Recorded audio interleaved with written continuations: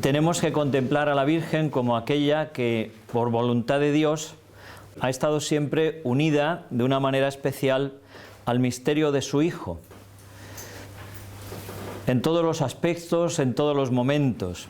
Ella juega un papel decisivo, único, en el momento de la encarnación, por obra del Espíritu Santo, de manera virginal. María da cuerpo, da una humanidad al Verbo de Dios. Pero no es solamente una mujer que Dios utiliza para entrar en la historia, sino que ella con toda su persona se ha unido al misterio de Jesucristo.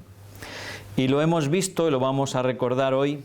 Es muy de la devoción popular el contemplar a la Virgen María al pie de la cruz y la Madre Dolorosa. Pero no podemos quedarnos solamente ahí. Tenemos que comenzar ahí, pero tenemos que terminar también viéndola llena de gozo y de alegría. La Virgen estuvo al pie de la cruz con su Hijo. Ella fue la Virgen fiel. Y cuando todos han abandonado a Jesús, cuando sus discípulos han huido, cuando el príncipe de los apóstoles le ha negado, cuando todos los que tiene alrededor se mofan y se burlan de él y le invitan a bajarse de la cruz, la Virgen María permanece fiel, unida siempre a su Hijo, compartiendo sus dolores y compartiendo también sus humillaciones. Y podemos pensar que si Jesús en Getsemaní pidió a sus discípulos que velaran con él, que le acompañaran con la oración, pues especialmente en ese momento de la cruz, donde parece también como que el Padre oculta su presencia, ¿cómo sería la gratitud de Jesús hacia su Madre, hacia esa presencia, ese corazón materno, ese amor que acompaña y que consuela? En las bodas de Caná Jesús le había dicho a María: ¿qué tengo yo que ver contigo? ¿Qué hay entre tú y yo, mujer? Ahora en este momento de la cruz, cuando ha llegado verdaderamente la hora del Señor, Jesús acoge a su madre y sí que hay entre ellos algo muy grande que les une, el misterio de la salvación, donde los dos comparten ese dolor que pasa de corazón a corazón, como por vasos comunicantes. En aquella mirada de la madre y del hijo, sin duda ellos se comprenden. Y ese dolor y ese amor pasa del uno al otro, haciéndose los dos un solo corazón. Si fuera posible a la madre tomar el lugar del hijo, morir por él, sufrir por él, ¿cómo lo habría hecho? Y su sufrimiento es mayor aún, de no poder hacer nada, sino simplemente compadecer con su hijo, en el sentido más fuerte que esa expresión puede tener. Es un mismo dolor, un mismo amor, el que une y el que llena esos dos corazones. No hay resistencia a ese dolor, es una aceptación completa, es un sí renovado del Verbo, ese sí que dio al entrar en el mundo, como dice la carta a los Hebreos, y el sí, el fiat de la Virgen en el momento de la encarnación, se renuevan allí al pie de la cruz. Al contemplar así el dolor de la Virgen, podemos comprender también su soledad en el Sábado Santo, ese vacío que parece llenar toda la tierra, esa sensación de soledad, la Virgen de la soledad, una cierta oscuridad porque ha sido enterrado, se ha ocultado el sol de justicia, Jesucristo el Señor. Y en medio de esa soledad, la Virgen mantiene su esperanza.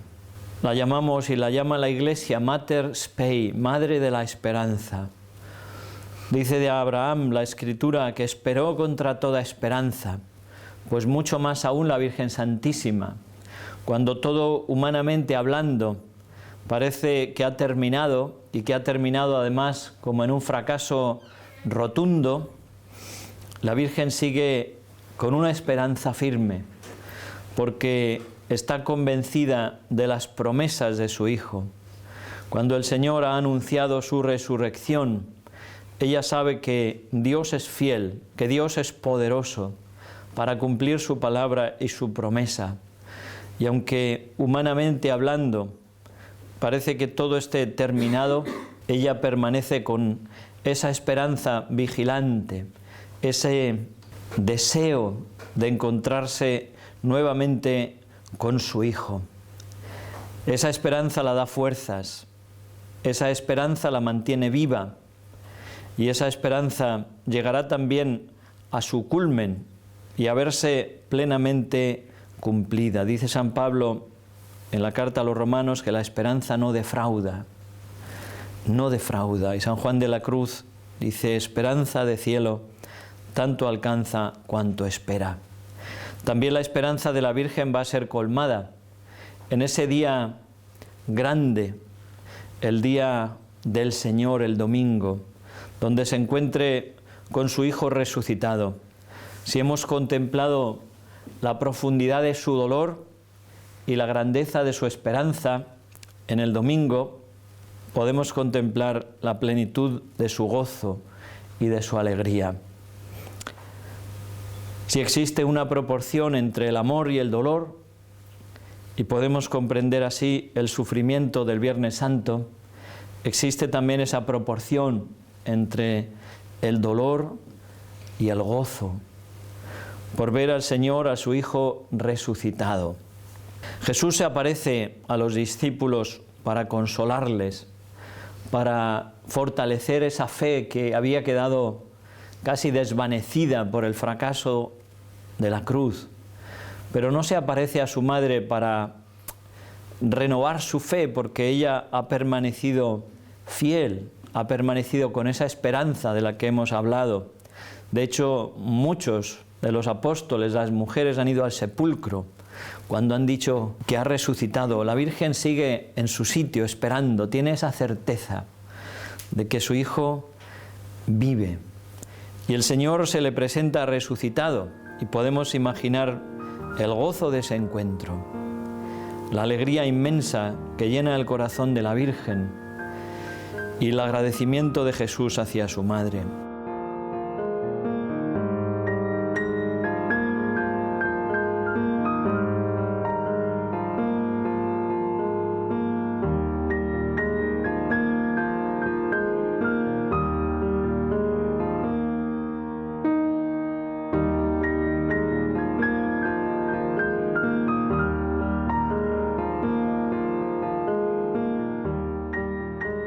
Si el Viernes Santo veíamos a Jesús en el regazo de su madre y a ella venerando sus llagas, sus heridas, acariciándolas y besándolas, podemos imaginarla también ahora, en este momento de gozo, recorriendo esas llagas gloriosas, llenas de luz, abrazando el cuerpo de su Hijo, estrechándolo contra su corazón. Y el gozo de la Virgen es un gozo sobrenatural, no solamente un gozo humano.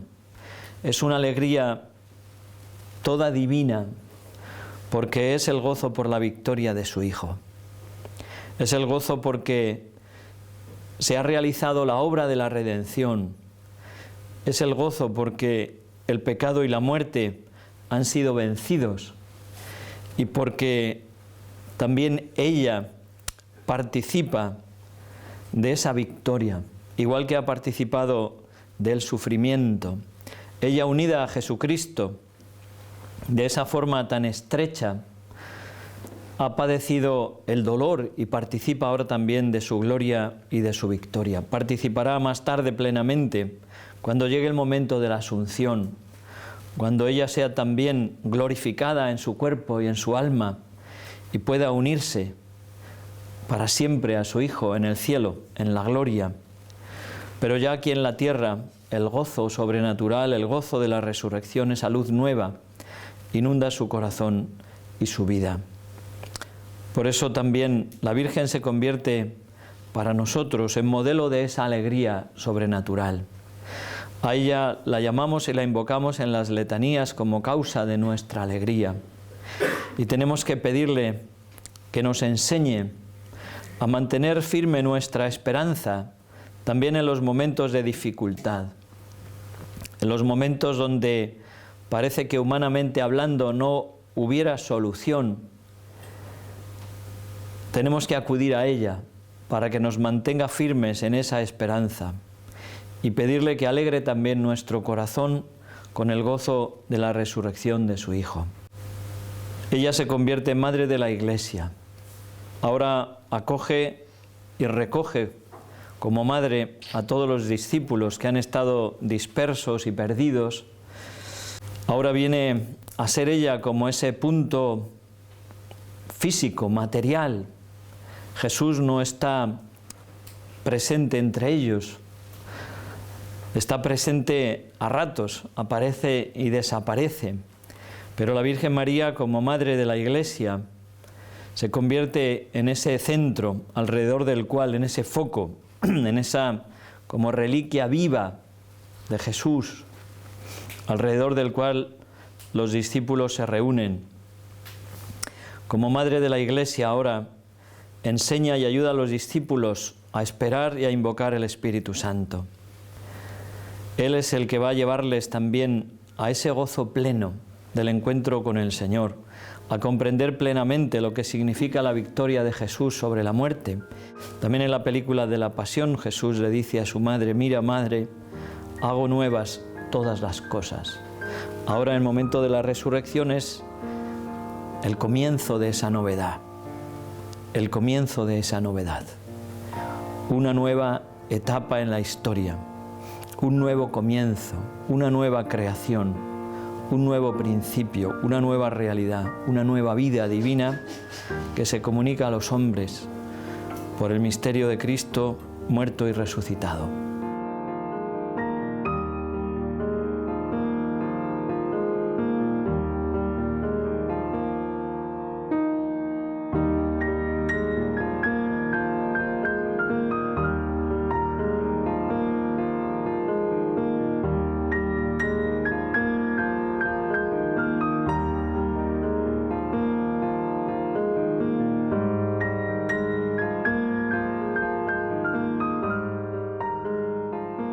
Vamos a pedirle a la Virgen que nos ayude y saber descubrir también siempre en el Señor eucarístico las llagas gloriosas de Jesús, encontrarnos con Él.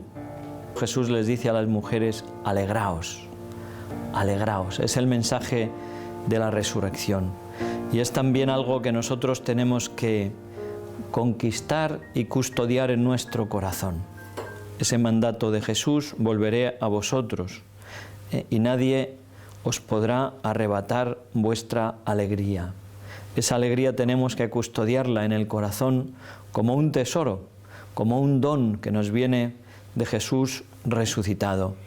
Una alegría que no es meramente humana, de unas necesidades satisfechas o de unos deseos que han sido colmados, sino una alegría que brota de lo más profundo del corazón al saber que el misterio de nuestra redención se ha cumplido, de que estamos salvados en esperanza, de que podemos ser hijos de Dios, compartir la vida divina y de que tenemos también la vida eterna que nos espera. Esta debe ser siempre la causa profunda de nuestra alegría.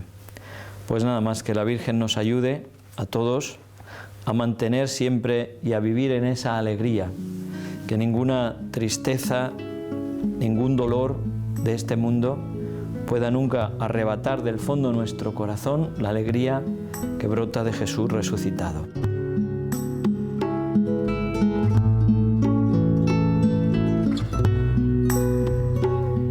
Porque, Señor, yo te he visto y quiero volverte a ver. Porque, Señor, yo te he visto